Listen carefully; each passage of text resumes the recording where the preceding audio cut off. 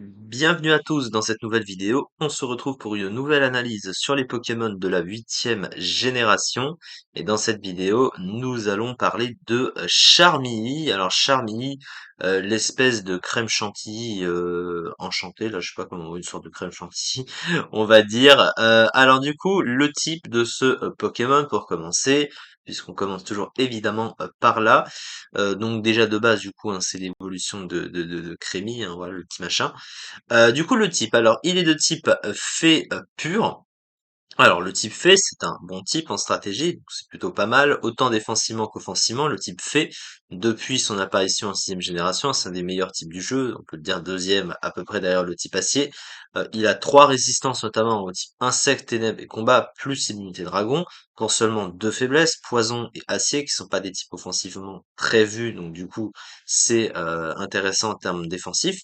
Et offensivement, c'est plutôt pas mal également. Le type fée a déjà un bon coverage et il va être super efficace sur les dragons, les types combat, les types ténèbres. Donc c'est un type intéressant autant défensivement qu'offensivement, même si évidemment un double type est toujours plus apprécié en stratégie. Les deux types de ce Pokémon, les deux talents, pardon. Le premier, c'est Aromavel, c'est voile, Aroma voile, je crois, si je me trompe pas au niveau du nom. Oui, voilà, Aroma voile, c'est un talent caché en gros, qui fait un petit peu l'effet de bonnet, hein, de comment il s'appelle, de Mamochon. Où, en gros, ça va protéger le Pokémon, voilà, l'équipe des effets limitant le libre arbitre, comme provoque. Donc, ça l'immunise du coup, voilà, à provoque, à encore, à entrave, à tourmente ou et attraction du coup aussi, ce qui fait que bah il peut pas se faire, on peut pas le bloquer, c'est-à-dire que si jamais notamment il a accès à soins ou à plénitude ou des moyens de setup ou de se soigner, bah il peut pas se faire bloquer hein, par un Pokémon qui voudrait tenter de le provoquer.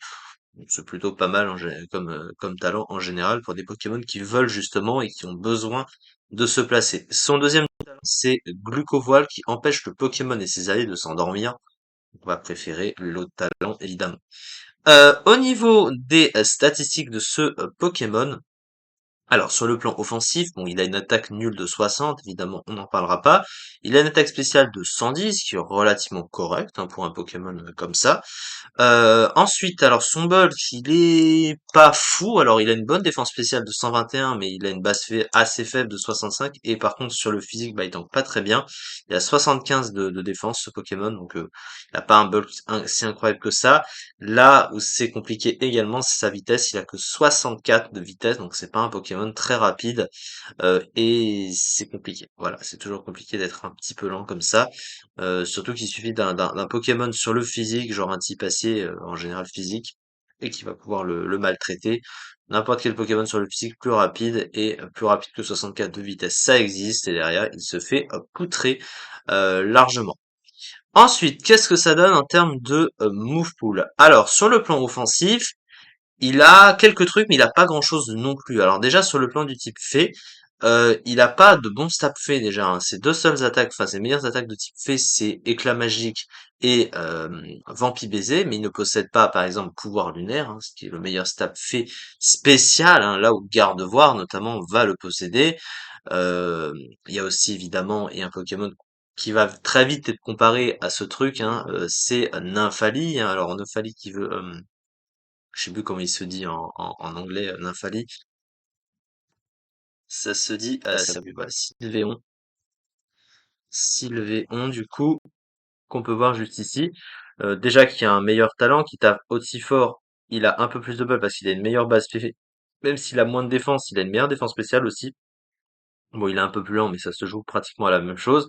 Et surtout, bah, il a accès au combo Pixilate plus Mégaphone qui passe les clones et qui devient stabé, qui gagne en puissance. Et en plus, il a aussi Moonblast. La seule chose, évidemment, c'est qu'il a pas il a pas soin comme Charmilly. Mais du coup, bah, il le concurrence au niveau du reste des options, même si les options sont relativement similaires. Et lui, pour le coup, bah, il a pas grand-chose. Alors, il a quand même quelques petites attaques de coverage. Il a feu ensorcelé pour les types acier.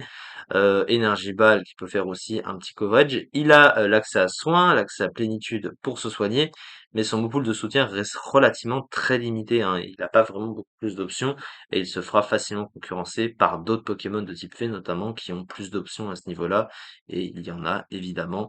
Donc c'est un peu tristoun quand même, c'est-à-dire qu'il a un petit potentiel mais c'est pas énorme non plus.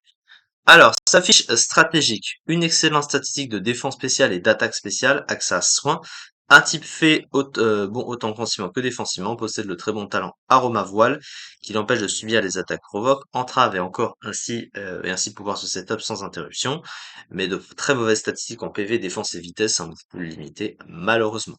Alors, ce Pokémon est très bas dans les tiers parce que comparé à d'autres Pokémon comme ça, similaires de type fée, notamment, il va être très bas Zédu, hein, ce Pokémon. Alors quand même, en Zédu, il est 12e, il est pas très très bas non plus dans le tiers, mais le Zédu, c'est le pire tiers stratégique du jeu.